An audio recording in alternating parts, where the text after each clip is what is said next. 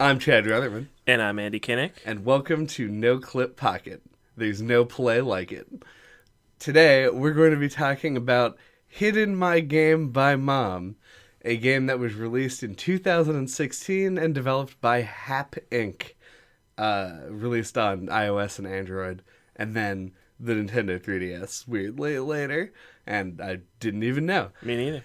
So, Hidden My Game by Mom is a puzzle game.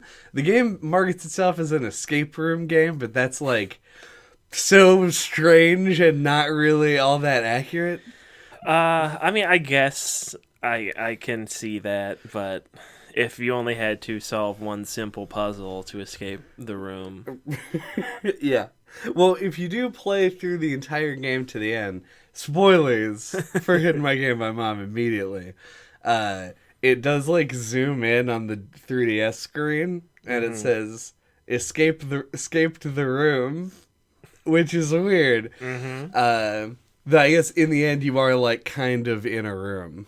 Yeah, but you're never trying to escape it though. Not really. Not until, yeah, and at the very end, you don't even escape the room. You just open the door and your family comes in. Yeah. It's not really. Anyway, so I think it's most accurate to call this game a puzzle game. And Yeah. it's a one. It is a one of those puzzle games. If I had to compare it to anything, I'd almost want to compare it to like WarioWare. Like each puzzle kind of feels like its own like little micro game. Yeah, it's just because there's no consistency in the logic behind the puzzles. I Not mean, really. there's some consistency, but it's not like the same thing will work two times. With the exception of I think in the first game, which I assume we're limiting our conversation. Yeah, well, maybe the first two, because I think the one I'm most familiar with is the Switch version, which is the first two combined. Yeah, it's got a little bit like here and there that's been changed. Yeah. I noticed if you play the Switch version of the game and then go back and play the first version, I'm not positive if I'm just remembering the Switch version or if they updated the first version to change some of the puzzles. Uh-huh. But they like put differences in where I don't think there were before. Like there's one where in the Switch version, Mom hid my game. Right. There's a level where there's like two sliding doors and your mom walks back and forth between them and you have to open them when she's on the other one and then break pots. Yeah. And in the phone version, it's just like a heron, like it's a big fucking bird that's walking around and not your mom, which is Weird. super weird. But it's the same puzzle. It's exactly the same in every other way. Maybe they did that in the second one, because sometimes they update the same puzzles with different solutions between them. Right. And they decided they liked that one better, so they just left the old version out. Yeah. It's possible. Yeah, this is entirely possible, and I just have forgotten because it's been like a year and change since I've played the first game. Being a free game, this is one of those games that I just sort of like tell people that they should start playing. Yeah, I feel like you told me about it, and I just kept forgetting, and you kept like being like, dude, you should play Hidden My Game by Mom. And, like, you probably told me like 10 times, and I never did until we were living together.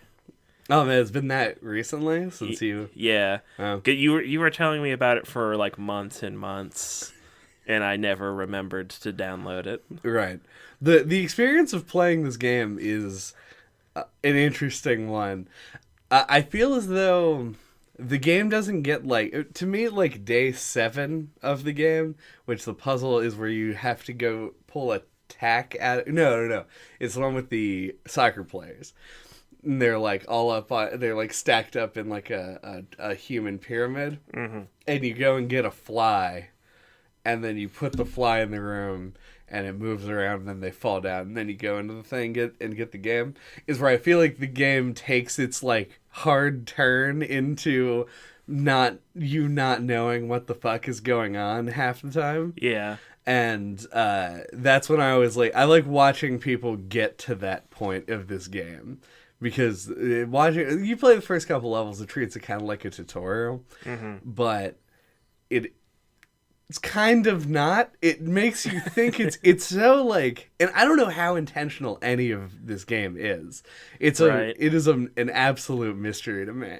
But I don't know how intentional it is, but the first few levels are so perfectly designed to make you think it's a tutorial for something that's going to become more complicated. But then in reality, once you get past the sixth level, it's just like it's the same thing that you've been doing, but no longer confined within the box of reality. Right. Yeah, it's especially interesting to watch other people play, as you mentioned, because it seems like everyone reacts to this like completely differently. Like some people just like stone faced, arms crossed, like do not think it's funny. They're just like, this is dumb, and other people like us think it's hysterical. Yeah, I think it's just because like It's like it's so charming. yeah, especially like the art assets and stuff, and how like that fucking really hastily drawn elephant that's just in the game. Yeah, it definitely looks like a doodle.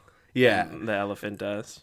a lot of like, yeah, with the exception of like the main characters of the game being old man, your mom, Yeah, grandpa, mom, and sister. yeah, everything in the game is sort of like very simplistic, very easy to like, well, not even easy to determine what they are, though I imagine that like there's some cultural barrier there. There's a level where you have to find 7 salmon eggs, and I have like no fucking idea. Like I've never looked at a salmon egg before. You're right.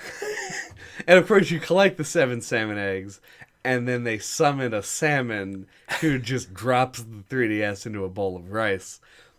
Because why not? That feels like it could be based on like a fable or something, but who knows? I think it's a Dragon Ball reference, personally. Oh, okay. Because you get 7 of them, they're kind of like gold colored. Okay. So I think it's that. Interesting. Yeah. But that goes into how it's so unsure how intentional any of this is, because like the creator of the game is a Japanese company. Like Okay. Half Inc. is. Yeah, I've never really looked into this game because I prefer it to stay this obscure, unknowable thing in my Yeah, mind. to be the mystery box. Yeah, so I wasn't even sure if this was a foreign developer or an American developer just trying to be really weird. Right. I'm not 100% sure how I would feel if this was an American developer, like, on the scale of, like, this seems like maybe they went a little bit they went the perfect hair forever route and ended up with something that was actually good instead of being terrible. Right. But it is a Japanese developer that made it, and while some of it is, like, clearly supposed to be humor, the mistranslations, which are all very, very funny, probably aren't intentional. Yeah, but it's there's such blurred lines because I think it does feel intentional, but that might just be my own personal viewing of it. Yeah, like the takeaway is like, this seems like this is too funny and too appropriate. Yeah, it seems too self-aware, but sometimes it doesn't. Yeah, even the title of the game, you would think that you would make sure that you got that right. Yeah, the title especially, I would have bet money that was intentional, but then the Switch port is called Mom Hid My Game, Right, which is as if they fixed the mistake that they made. right, which still, while not being perfect, is way more grammatically coherent Right. than In My Game by Mom, which has the like syntax errors that you would expect from somebody who just plugged the text into Google Translate and produced this. But they kept with it, like, because it's Hidden My Game by Mom, and then Hidden My Game by Mom all the way to 3. Right. Like, they never stopped and like revamped it, so then that makes it seem more intentional that the game has a funny name. Right. And they just didn't think, maybe because the Switch version costs like $4. Right. But it is actual money, and maybe they didn't think it would sell if it had a dumb name. yeah. I mean, fair enough, I guess. Right. Um, I don't even know where to go from here. Like, it's just as my thought process on this is as haphazard as like the logic behind some of the puzzles in this game. Right. I guess to just kind of describe the game, that might give us some jumping off points for conversation. Sure. So the way it works is there's this theme music that is very like catchy and like I almost would describe it as like if some kind of like not very experienced like freelance like music composer tried to emulate the new Super Mario Brothers style music where it has those little vocal stings or like the bups. It's got a whole bunch of that, but it's like the cheapest version of that that you could imagine, and it just loops forever.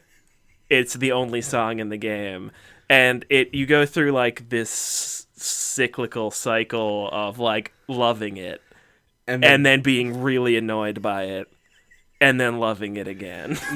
It's like somewhere in between like the catchy pop song that you hear on the radio and absolute Stockholm Syndrome, where you just don't know if you like the song because you like it or if you like the song because you hate how often it is played. Yeah. And it like adds to the madness that's being induced. I think it has a long-term positive effect because like I agree. When I hear the song again, you know, after I played it like months ago or whatever, I'm like, oh yeah, hitting my game by mom. Bup, bup, bup. Yeah, because we say it's the only song in the game, but it's not. It's the only song in 3 games. Oh yeah, all 3 games have the same music. It's the only music. I don't know if they just... You gotta save that cash. I don't know if they're expecting you to have just like not have the sound on all the time. Maybe, yeah, because and it's a phone game, so they might be like, people are going to play this like a couple minutes at a time. Right, yeah.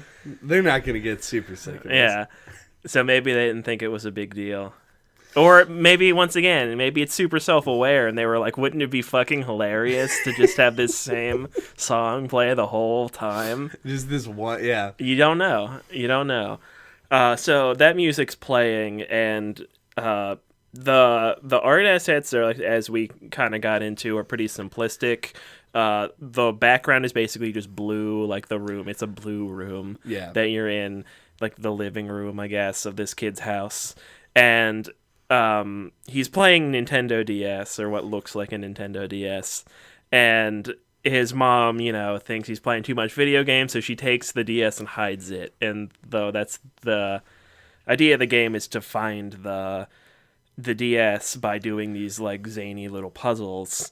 And so you mentioned the attack one earlier, and that's one that I remember pretty well.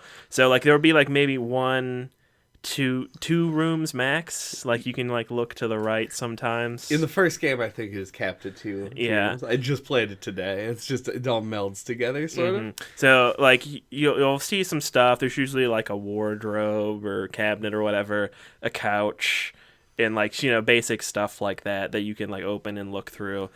And so you turn to the right, there's like a nightstand. You find a little like nail prying thing. Yeah, when I got it the first time, I thought it was a nail clipper, but it's actually like... Yeah, like the backside of a hammer that you use to like pry the nails. Yeah, but just that part. There's probably a simple name for this, and I just don't know it because I'm stupid. But so you use it to pry a tack out of the wall. And on the first screen, there were a bunch of people riding bikes back and forth. Neglected to mention that. In front of the dresser, blocking you from getting it. So you had to throw down the tack. They ride over it. They pop the wheels on the bikes. But then if you try to go and open the dresser, you'll step on the tack. So you got to like pick it up and then go and open it. So it does have these puzzles that like start to increase the difficulty and make you actually have to like logic through some stuff or use Right. some lateral thinking, but it's very here and there and inconsistent. Like, a lot of the puzzles are real easy, but that's like a walkthrough of one that I remember real well. Yeah, the way that puzzle works, and the reason why I find it so emblematic of the way that this game functions, is that everything is such like a perfect mixture of complete nonsense logic, like 90s adventure game logic, where you're like, what could possibly help me? Like, what in any reality could solve this problem?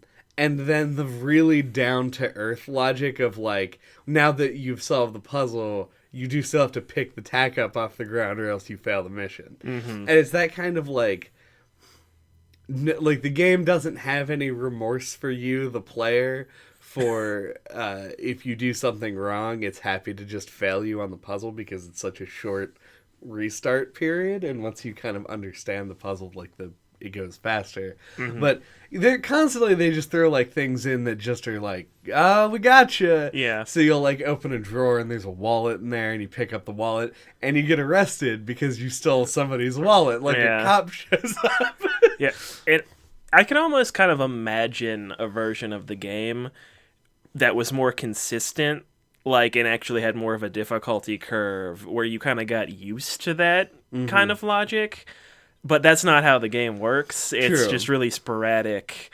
And, like, part of me doesn't know whether or not that's to the game's benefit or not. Because I kind of like that it's just randomly every once in a while there's this goofy thing that happens. You're like, the cops showed up. I mean, I would argue that it is to the game's benefit that it is, like, inconsistent. Anything that can make the game more inconsistent, the better it's going to be. Like, Yeah.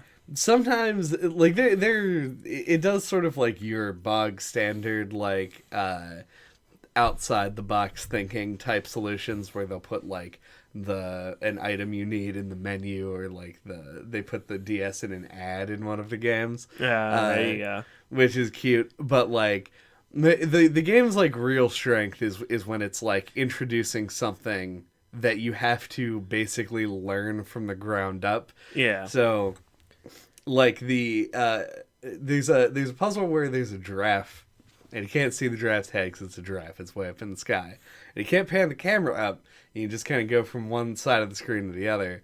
And the solution is to feed the giraffe a piece of food and then grab the DS off of its head before it pulls it back up.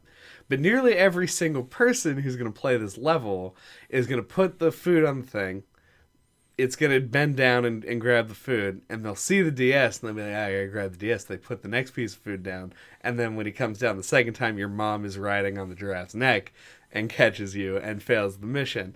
And but you don't know how, you can't really predict that the DS is going to be on the giraffe's head. Like, that's the one thing that maybe you could guess. Right. But I'm going to say it's pretty unlikely. So you have to figure out everything here. You're like, I know what food is, I know what a giraffe is. But, like, the interaction between the two, like, it seems to, like, it follows that maybe you would feed the giraffe, but then you have to figure it out and then just sort of puzzle out every iteration, like, how to get closer to the solution. And that one happens to just be, like, 2 runs. But there's some that get kind of, like, they get a little wild sometimes. Yeah. Like I feel like the worst ones are the ones that take that kind of thing a little bit too far, where there are a lot of little pieces that you have to find.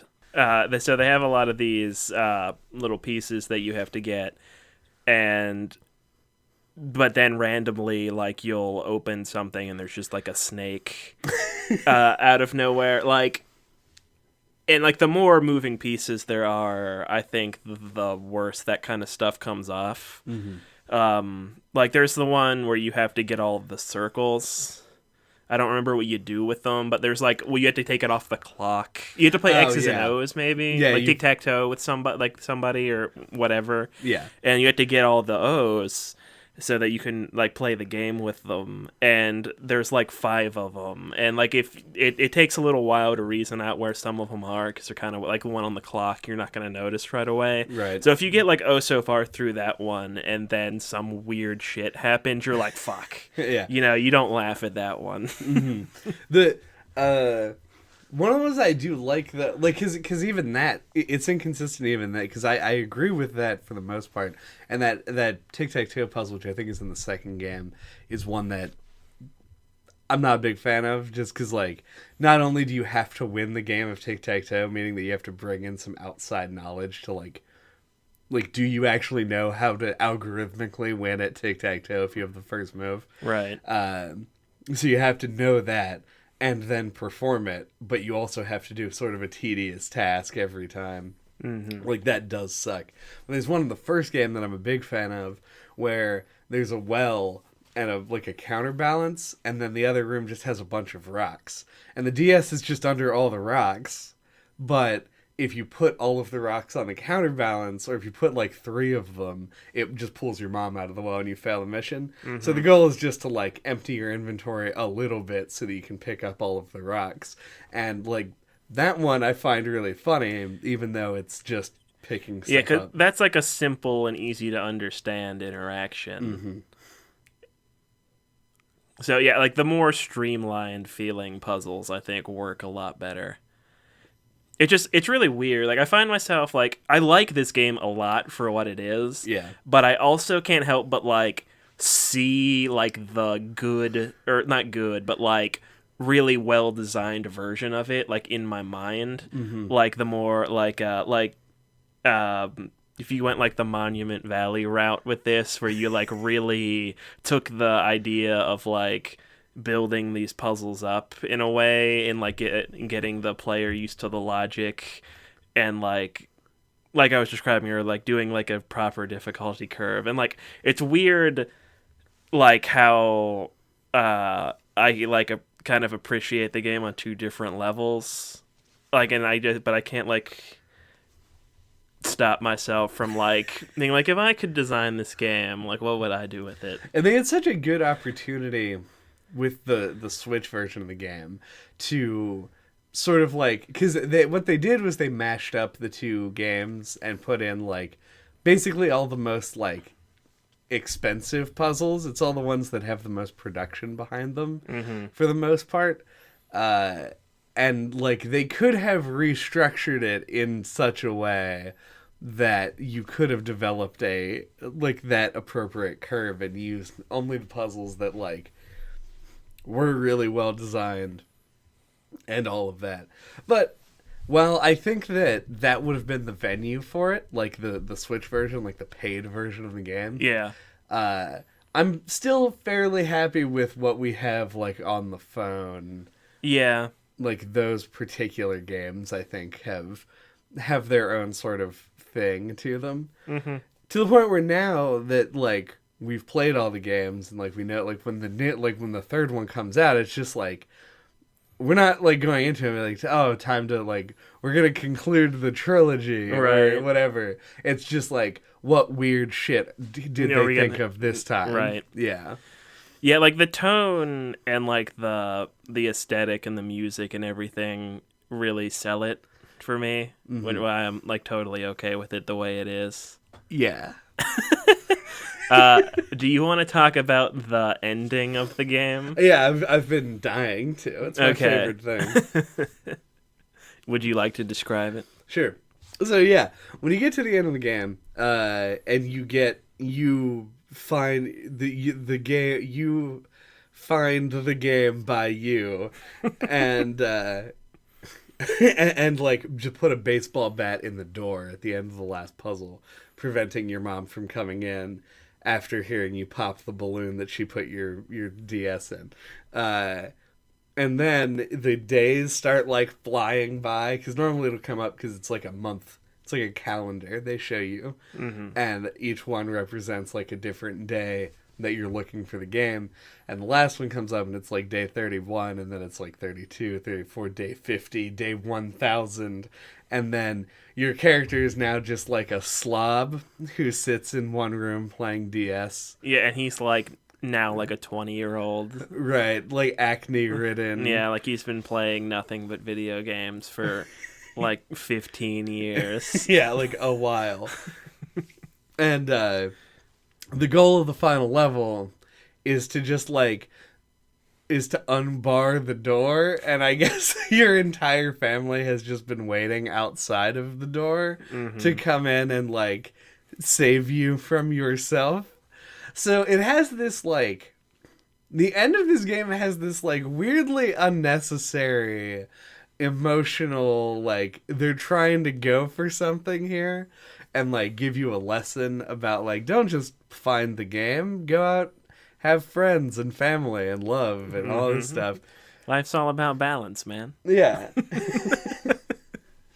But at the same time, the game is just like is in itself so absurd that it's like difficult to even know if I'm supposed to take the ending seriously or not. Yeah, it almost feels like someone on the team came up with that idea and they were like, oh yeah, I like that. Yeah. And they just like put it in, even though it kind of clashes with the lighthearted, funny tone. Well, I love it because it almost doesn't. Yeah, like it does. It feels weirdly genuine and weirdly effective, like, or at least emotional. Like, it doesn't make me think, oh, maybe I play video games too much, you know. But like, it is like it's sad. Yeah, it's like it's got this like little moment, but then because like the character is like, oh no, what have I done? I've wasted my whole life playing DS. Yeah, there are other handheld systems out there that I could be playing. The Nintendo Switch has come out. No, but yeah, like they do this whole thing, but then it undermines it. Like when you actually play it and experience the ending, it like the music stops, and like your family comes in. It's like, hey, congratulations. And then the music starts playing again. You're just like, oh. The one moment that I had away from the music made me appreciate things that aren't this song for 5 fucking seconds. I don't know. It's like complete whiplash, and I feel like that's also intentional. Like, I think it's just there to fuck with you to some extent. Who knows, man? Good shit. Good shit. Do we have final thoughts? Sure. This is a weird one to have. I'll paste them. I'll paste some final thoughts together. If you're the kind of person that like really likes that kind of weird, goofy, like WarioWare-esque kind of humor, you really kind of can't go wrong with this. It's only like an hour long. And yeah, like it's charming. You'll smile. You'll laugh a few times. Yeah, and the phone version's free. Like, yeah. And I would recommend that version over the Switch one because like the touch controls are easier to use than a cursor. We will do a follow-up episode on the later games in this series at some point, and we'll talk about why the Switch version has issues. Yeah, I'm gonna go way back to when we talked about the Home episode. When we did final thoughts on that, like I was just like, I really like this game, and I like to recommend it to people, but I can't really put like my finger on like what it is that I really like about it. And it's a similar thing with this game. Like I just thoroughly enjoy this game and that it exists. I would recommend it to anybody who likes a goofy, lighthearted puzzle game. Yeah, that's really the only thing that I really want to add to that is that I don't really recommend. I mean, I recommend this game to anyone because there's literally it's like. The amount of time you have to invest in this before you know whether or not this is going to be for you is so unbelievably small compared to most games that I have no reason not to just tell everyone that I know to play this game and turn the sound on as loud as they can, hook it up to speakers if possible. Right. But I don't necessarily recommend this game to fans of like puzzle games because if you're somebody who likes to use logic to discern things, it's like... This game isn't really about that. It's more about using weird, broken logic to hopefully muddle your way. It's more trial and error than it is puzzle solving a lot of the time, which is a strength and a weakness and just depending on who you are. And personally, I like the absolute absurdity of it. So, 10 out of 10, my favorite game. It's probably one of my favorite phone games. It's up there. Yeah. Thank you for listening to NoClip Pocket this week. What are we talking about? Any of the time. So, yeah, you may have noticed that this episode is not in any way about Deltarune, which is what we said was going to be the next episode. Yeah, we have like scheduling conflicts Yeah. occasionally, so we couldn't get together to do the Deltarune episode yet. So, next time, hopefully, will be Deltarune episode 1. And, keep an eye out for that. But Pocket's more inconsistent. Hopefully we will have the Kingdom Hearts 3 episode up very soon for you guys. And all that. And then we'll see what happens afterward. Until that time, you can get a hold of us. All of our contact information is on our website at noclippodcast.com or splattershot.pro, where you can find our Twitter, YouTube, email address, all of that good shit. I got a playlist of every episode we've ever done of anything in order on the webpage, also on the YouTube. All of our old episodes are on the website and on iTunes, on Google Play. Find all of our shit, listen to all of it, have a good time. Yeah. And your game may have been hidden by Mom, but she sure didn't hide the subscribe button.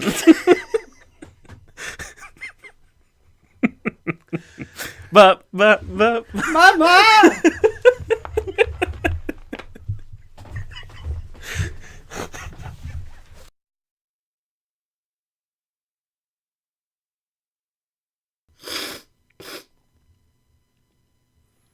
So I got a little teary-eyed thinking about this emotional ending.